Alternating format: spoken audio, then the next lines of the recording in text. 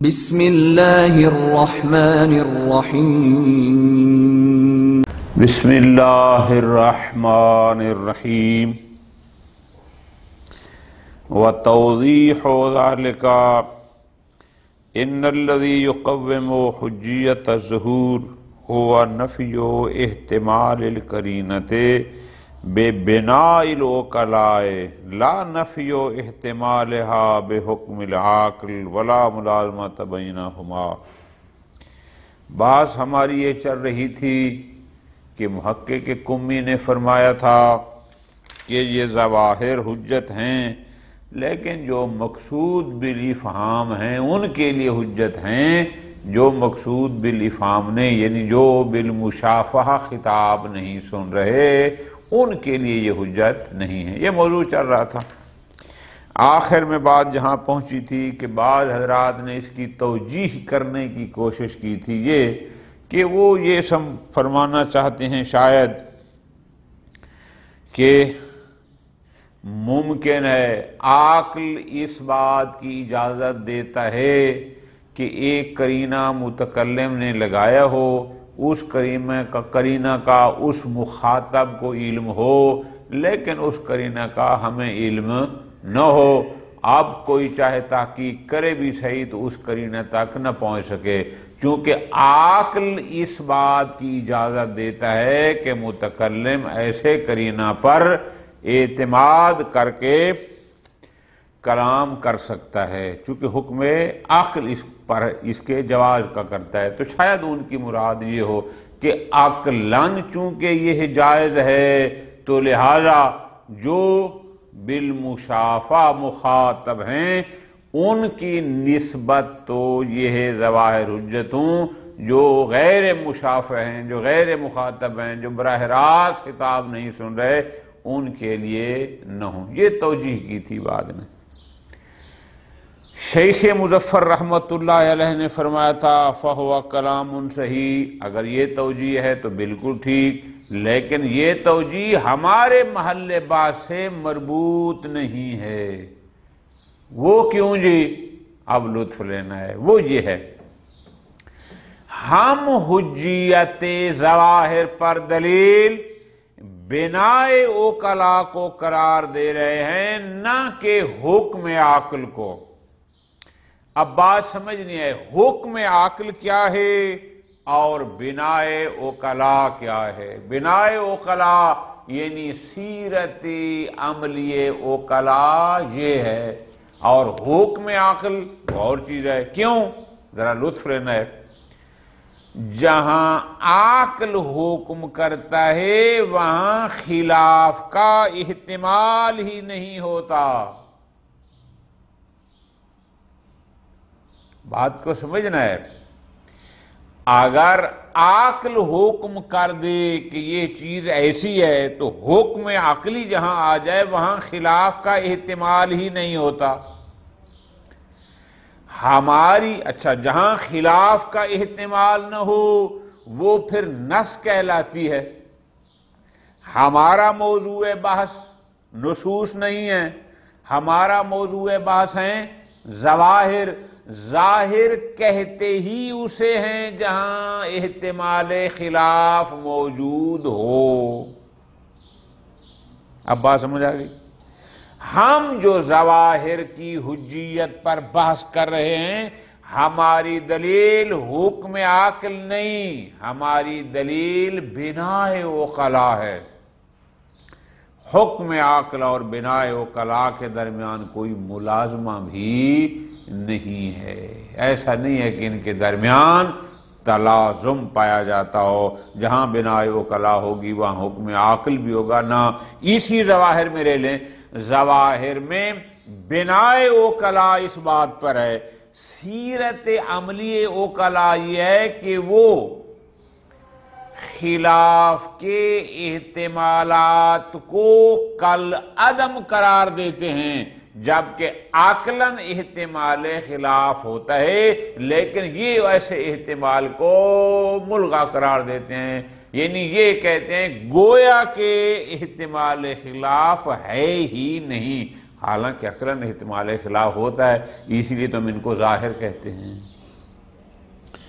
بس شیخ مظفر جہاں فرماتے ہیں ہماری بحث تھی حجیت ظواہر میں، ہماری دلیل تھی بنائے اوکلا، اور آپ نے جو توجیہ کی محقق کے کلام کی وہ کی حکم عقل کے ذریعے۔ حکم عقل تو سرے سے ہمارا موضوع بحث ہی نہیں ہے،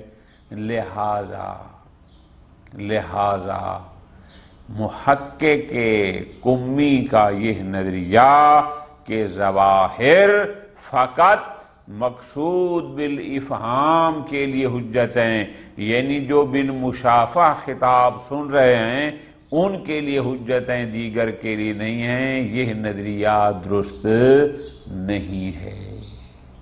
ٹھیک ہے جی، ختم۔ کیوں؟ اس لیے کہ جہاں مقصود بالافہام اور غیر مقصود بالافہام اصلاً فرق ہی نہیں ہے۔ خوب باقی باتیں ترجمے میں آ جائیں گی، خلاصہ یہی تھا۔ اس کے بعد فرماتے ہیں ایک اور اشکال، بالفرض ہم ایک لمحے کے لیے مان لیں محقق قمی کے اس نظریے کو کہ مقصود بالافہام اور غیر مقصود بالافہام میں فرق ہوتا ہے، بالفرض مان لیں کہ خطاب میں فرق ہے، کلام مقصود بالافہام کے لیے کلام کے ظواہر حجت ہیں، غیر مقصود بالافہام کے لیے حجت نہیں ہیں۔ یہ مان بھی لیا جائے تو بھی ہمارے محل بحث میں اس کا کوئی فائدہ نہیں۔ یہ کیوں؟ اس لیے ہمارا محل بحث ہے ظواہر کتاب، ہمارا محل بحث ہے ظواہر سنت۔ تو اب بات ہے کہ آیا کتاب اور سنت کا میں مقصود بالافہام فقط اسی زمانے کے لوگ تھے یا قیامت تک کے آنے والا ہر انسان مقصود بالافہام تھا؟ تو بڑی سادہ سی بات ہے، ایک واضح سی بات ہے کہ قرآن مجید میں، سنت میں، کتاب میں مقصود بالافہام فقط اور فقط اسی زمانے کے لوگ نہیں ہیں، بلکہ ہم لوگ بھی، ہمارے بعد بھی جتنے آئیں گے، یہ سارے کتاب میں بھی مقصود بالافہام ہیں اور سنت میں بھی مقصود بالافہام ہیں۔ تو جب مقصود بالافہام ہیں تو ان سب کے لیے ظواہر حجت ہیں۔ پھر کوئی کہے جناب ہمارے پاس ایسی روایات موجود ہیں کہ جہاں سائل نے سوال کیا اور امام نے اس کو جواب دیا تو ممکن ہے اس جواب کا تعلق اسی سائل کے لیے ہو، تو فرماتے نا، آپ روایات کو دیکھیں جو سوال کے جواب میں آئیں، سائل کا سوال جیسا بھی تھا لیکن جو معصوم کا جواب تھا وہ بطور قاعدہ کلیہ تھا۔ تو جب قاعدہ کلیہ تھا تو قاعدہ فقط ایک شخص کے لیے نہیں ہوتا، وہ سب کے لیے برابر ہوتا ہے۔ خلاصۃ الکلام یہ ہوا کہ ہم ظواہر کی حجیت کے قائل ہیں مطلقہ۔ ہمارے نزدیک یہ بھی شرط نہیں کہ ظواہر تب حجت ہوں گے کہ خلاف کا احتمال نہ ہو۔ ہمارے نزدیک یہ بھی شرط نہیں ہے کہ اگر اصالت و عدم القرینہ جاری ہو سکتی ہو۔ ہمارے نزدیک یہ بھی شرط نہیں ہے کہ وہ فقط مقصود بالافہام کے لیے حجت ہیں، غیر مقصود کے لیے نہیں ہے۔ نہ، ہمارے نزدیک ظواہر کلیتاً حجت ہیں، بغیر کسی شرط کے مطلقاً حجت ہے۔ توضیح ذالک، وہ جو کل بات کی تھی اوپر والی کہ ہوا کلام صحیح فی نفسہ الا انہ غیر مرتبط بما نحن فیہ، کیوں لا یضر بحجیت ظہور ببناء العقلاء۔ وضاحت فرماتے ہیں ان الذی یقوم حجیت ظہور، جو چیز حجیت ظہور کی مقوم ہے، یعنی جس کے آنے سے ظواہر میں حجیت آتی ہے، وہ مقوم حجیت ظہور کیا ہے؟ وہ ہے نفی و احتمال القرینہ، احتمال قرینہ کی نفی کرنا بنائے اوقلا کے ذریعے، کہ سیرت عملی اوقلا یہ ہے کہ وہ قرائن کے احتمال کی نفی کرتے ہیں۔ تو نفی احتمال قرینہ کی نفی، لطف لینا ہے، احتمال قرینہ کی نفی بے بناء الاوقلا ہے، نہ کہ احتمال قرینہ کی نفی بے حکم العقل ہے۔ حکم عقل سے احتمال قرینہ کی نفی کرنا اور چیز ہے، بناء اوقلا سے قرینہ کے احتمال کی نفی کرنا اور چیز ہے۔ یہ دو علیحدہ چیزیں ہیں، انشاءاللہ اب وضاحت آ رہی ہے۔ وَلَا مُلَازِمَةَ بَيْنَهُمَا، حکم عقل اور بناء اوقلا کے درمیان کوئی ملازمہ بھی نہیں ہے۔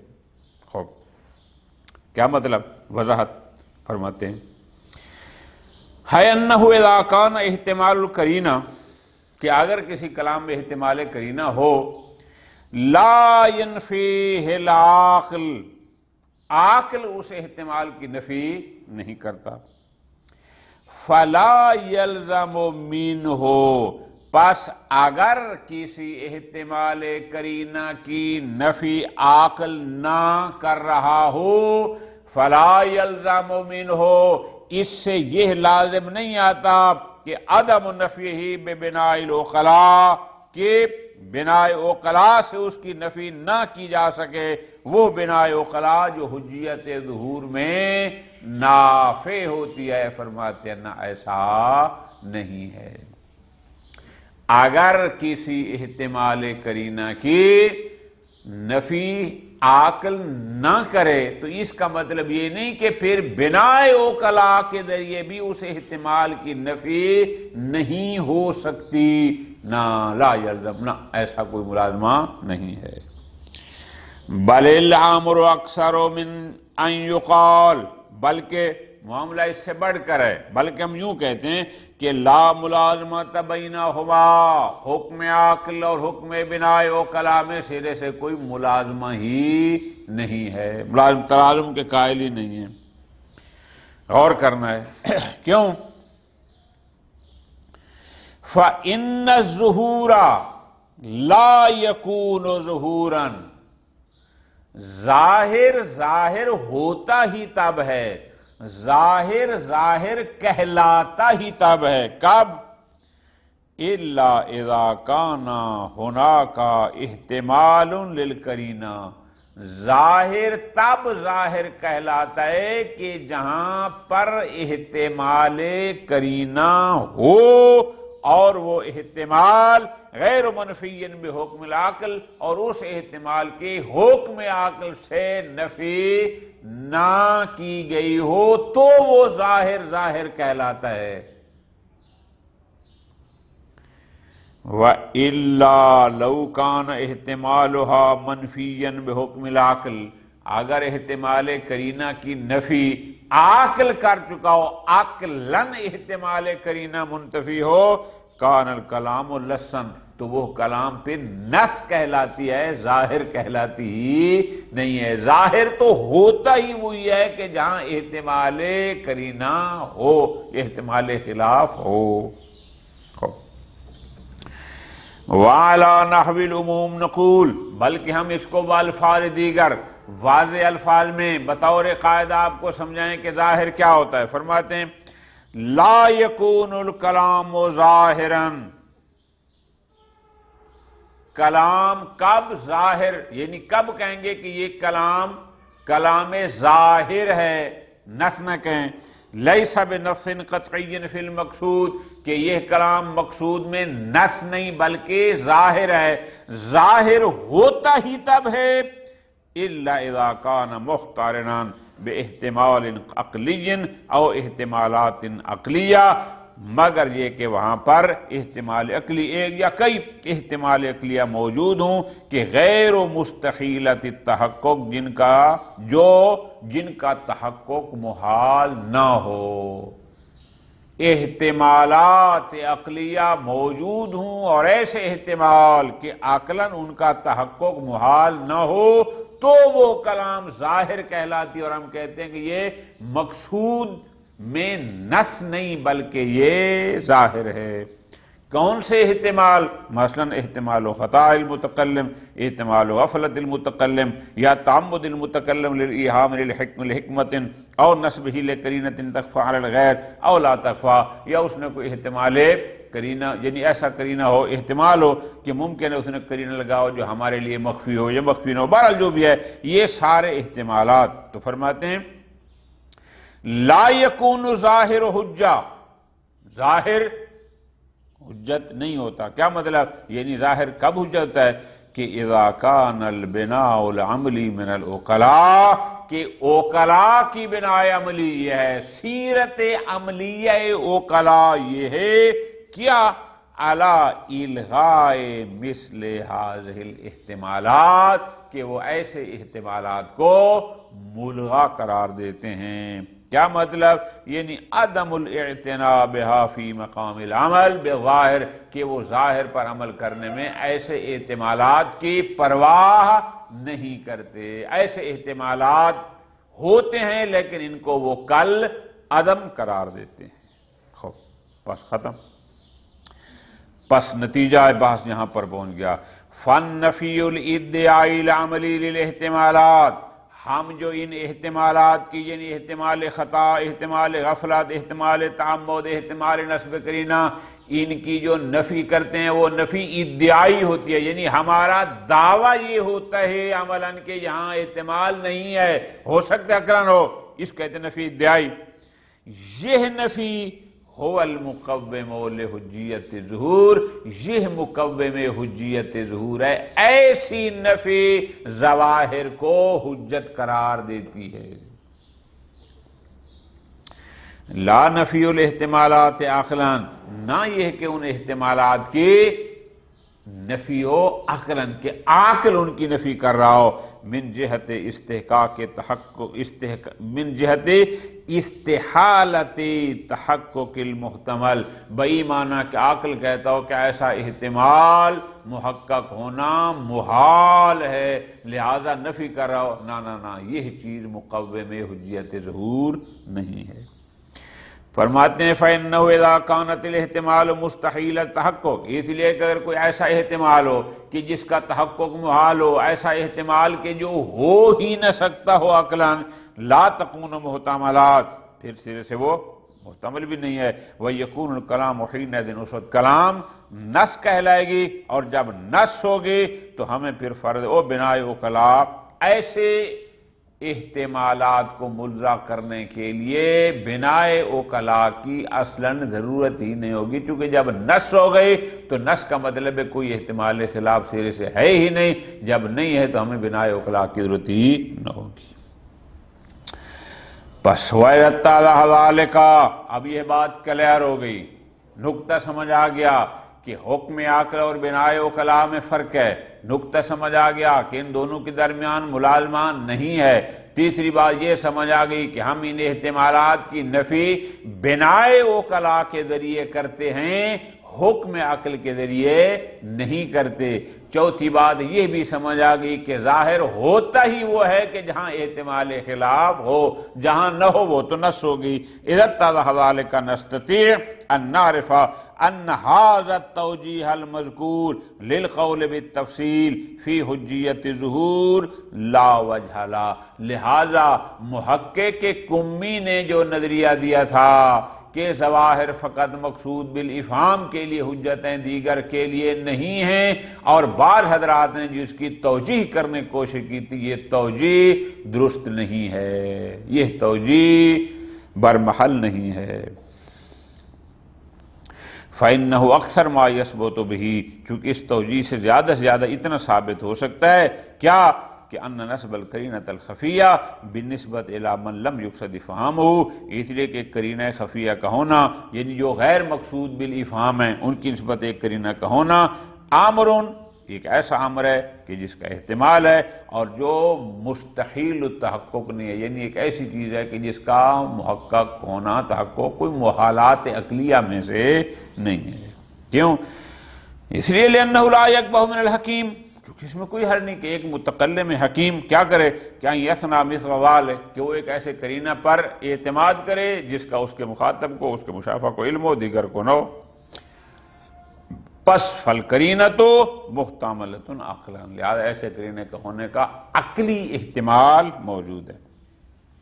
لیکن عقلی محتمل ہونا، عقلاً کرینے کا احتمال ہونا، لا یمنع، وہ معنی نہیں بنتا من ان یکون البناء العملی من العقلاء، کہ عقلاء کی بناء عملی، عقلاء کی سیرت عملیہ کیا ہو، علی الغاء مثل هذا الاحتمال، کہ وہ ایسے احتمال کو ملغا قرار دیتے ہیں، کل عدم قرار دیتے ہیں، مقام عمل پر اس کی کوئی اعتنا، کوئی پرواہ نہیں کرتے۔ سواء ان یاثر علی هذا القرینۃ بعد الفاظ ام لا، چاہے اس کرینے پر او بعد والا جو محقق ہے، جو تحقیق کرتا ہے، چاہے وہ اس کرینے پر پہنچے، اس کو پتہ چل جائے، چاہے نہ پہنچے، اس سے فرق نہیں پڑتا۔ اصلاً بناء عملی عقلاء یہ ہے کہ وہ ایسے احتمالات کو کل عدم قرار دیتے ہیں۔ ختم۔ چوتھی چیز، گویا کہ پہلا اشکال تو یہ تھا کہ اصلاً فرق ہی نہیں ہے مقصود بالافہام اور غیر مقصود بالافہام میں۔ یہاں پر آپ کہہ سکتے ہیں کہ ایک اشکال یہ ہے کہ ثم علی تقدیر تسلیم الفرق، فرض کرو ہم مان لیں کہ نہیں جناب حجیت ظہور میں فرق ہے۔ کیا فرق ہے؟ بین المقصود بالافہام و بین غیرہ۔ فرض کرو ایک لمحے کے لیے ہم محقق کمی کے ساتھ متفق ہو جائیں اس بات پر کہ ظواہر فقط مقصود بالافہام کے لیے حجت ہیں، غیر مقصود بالافہام کے لیے حجت نہیں ہیں، فرض کرو ہم اس کو مان بھی لیں۔ فالشان کل شان فی انطباق ذلک لا واقعنا بالنسبت الی الکتاب العزیز، تو پھر بھی کتاب عزیز اور سنت نبویہ کے حوالے سے ہم سارے کے سارے اس پر منطبق آتا ہے بئی معنی کہ ہم سب مقصود بالافہام ہیں، لہذا ہم سب کے لیے ظواہر حجت ہیں۔ کیسے؟ وضاحت یہ ہے، فرماتے ہیں فَإِنَّهُ مِنَ الْمَعْلُومِ لَنَا، ہمیں اس بات کا علم ہے، قاطع ہے، یقین ہے، کیا کہ ان التقالیف التي يتضمنها عامة لجميع المکلفین، جتنی بھی تکالیف شرعیہ ہیں اللہ کی طرف سے، جتنی بھی تکالیف چاہے وہ واجبات ہوں یا محرمات، وہ تمام مکلفین کے لیے، تمام مکلف انسانوں کے لیے، سب کے لیے عام ہیں۔ لا اختصاص لہا بالمشافعین، وہ تکالیف فقط انہی کے لیے نہیں کہ جو براہ راست پیغمبر کا خطاب سن رہے ہوتے تھے، نہ ان کے ساتھ مختص نہیں ہیں۔ وَبِمُقْتَضَى عُمُومِهَا، اب جب تکالیف عام ہیں اس کے لیے بھی کہ جو سامنے بیٹھا سن رہا ہے اور وہ بھی جو وہاں موجود نہیں ہے، عام ہے۔ یجب ان لا تقترن بقرائن، تو تکالیف بیان کرنے پر واجب ہے کہ ان کو ایسے قرائن کے ساتھ نہ ملائے کہ جو غیر مشافعین پر مخفی ہوں، ایسے کرینے اس کے ساتھ نہ لگائے کہ جو فقط مشافعین کے علم میں ہوں، غیر جب آپ کی کلام سب کے لیے ہے تو ایسا کرینہ لگانا کہ جو فقط مشافعین کے لیے مختص ہو، نہ یہ درست نہیں ہے۔ فرماتے ہیں لا شک فی ان المتشافعین لیسوا وحدہم المقصودین بالافہام، بلکہ اس میں کوئی شک نہیں ہے کہ جتنے بھی قرآن مجید میں خطابات ہیں، جتنے بھی احکام ہیں، ان میں سے کوئی ایک بھی ایسا نہیں ہے کہ جو فقط مقصود بالافہام کے لیے ہو، فقط مشافعین کے لیے نہ، بلکہ ہر انسان کتابات قرآن میں مقصود بالافہام ہے۔ جب ہر ایک مقصود بالافہام ہے تو بقول محقق قمی کے پھر سب کے لیے ظواہر حجت ہے۔ یہ ہو گیا کتاب۔ وَأَمَّا السُّنَّةُ، اب آپ آ جائیں روایات میں، فَإِنَّ الْأَحَادِيثَ الْحَاكِيَةَ لَهَا الْأَكْثَرُ، اب آپ روایات کو دیکھیں، اکثر روایات کیسی ہیں؟ تتضمن تکالیف عامہ لجمیع المکلفین، کہ جو تمام مکلفین کے لیے وہ متضمن ہے، کہ وہ حکم تمام مکلفین کے لیے ہے۔ اویل مقصود بہا، یا اس میں مقصود کیا ہے؟ افہام الجمیع، ہر انسان کو سمجھانا، حتیٰ کہ جو وہاں مشافع، جو مخاطب نہیں ہے، جو محفل میں موجود نہیں ہے، یعنی کیا؟ جو بھی پیغمبر حدیث بیان فرما رہے ہوتے تھے وہ ہر ایک کے لیے حکم تھا، حتیٰ کہ جو اس محفل میں نہ تھے ان کے لیے بھی ہوتا تھا۔ فرماتے ہیں وَقَلَّ مَا يَقْصَدُ بِهَا إِفْهَامُ خُصُوصِ الْمُشَافِهِينَ فِي بَعْضِ الْجَوَابَاتِ عَنْ أَسْئِلَةٍ خَاصَّةٍ، بہت کم ایسا ہے کہ روایت بئی معنی ہو کہ ایک سائل نے سوال کیا ہو، معصوم نے اس سوال کا جواب دیا ہو اور وہ جواب اسی سائل کے ساتھ خاص ہو، یہ بہت ہی کم ہے، یہ عام نہیں ہے۔ پس وَإِذَا قُصِدَ ذَلِكَ ان التکلیف فیہا، اب جب پتہ چل گیا کہ ان روایات میں جو تکلیف ہے، لا بد ان یؤم غیر السائل، ضروری ہے کہ وہ فقط سائل کے لیے نہ ہو بلکہ غیر سائل کو بھی شامل ہو۔ کیوں؟ اس لیے کہ قاعدہ اشتراک، اس لیے کہ ہم اس کے قائل ہیں کہ جتنے بھی حکام ہیں ہم قائل ہیں اشتراک الحکام بین العالم والجاہل، کہ سب اس میں مشترک ہیں۔ ومقتضی الامانۃ فی النقل، اور جب راوی اس کو نقل کرتا ہے تو ہم کہتے ہیں راوی ثقہ ہونا چاہیے، راوی عادل ہونا چاہیے، تو عادل اور ثقہ وہی ہوگا نا کہ جیسا فرمان تھا ویسا نقل کرے، لہذا اگر کوئی قرینہ تھا تو اس قرینے کو بھی ساتھ نقل کرے، اگر قرینہ تھا اور یہ نقل کرے پھر یہ امانت نہ ہوئی۔ فرماتے ہیں وَمُقْتَضَى الْأَمَانَةِ فِي النَّقْلِ، اور نقل فرامین ائمہ میں، پیغمبر میں امانت کا تقاضا یہ ہے، وعدم الخیانت من الراوی، اور راوی کے خائن نہ ہونے کا تقاضا یہ ہے، المفروض فی حوالے، کہ فرض یہ ہے کہ راوی خائن نہیں تھا، امین تھا۔ وہ کیا ہے تقاضا، کیا ہے؟ ان ینبہ علی کل قرینۃ، کہ وہ ہر اس قرینہ کی طرف بھی متوجہ کرے جو اس کلام کے ظہور میں دخالت رکھتا ہو، وما عدم بیانہا منہ، اور اگر راوی اس قرینے کو بیان نہیں کرتا یحکم بعدمہا، تو پھر ہم یہ کہیں گے کہ یہاں کوئی قرینہ تھا ہی نہیں۔ وصلی اللہ علی محمد وعلی محمد۔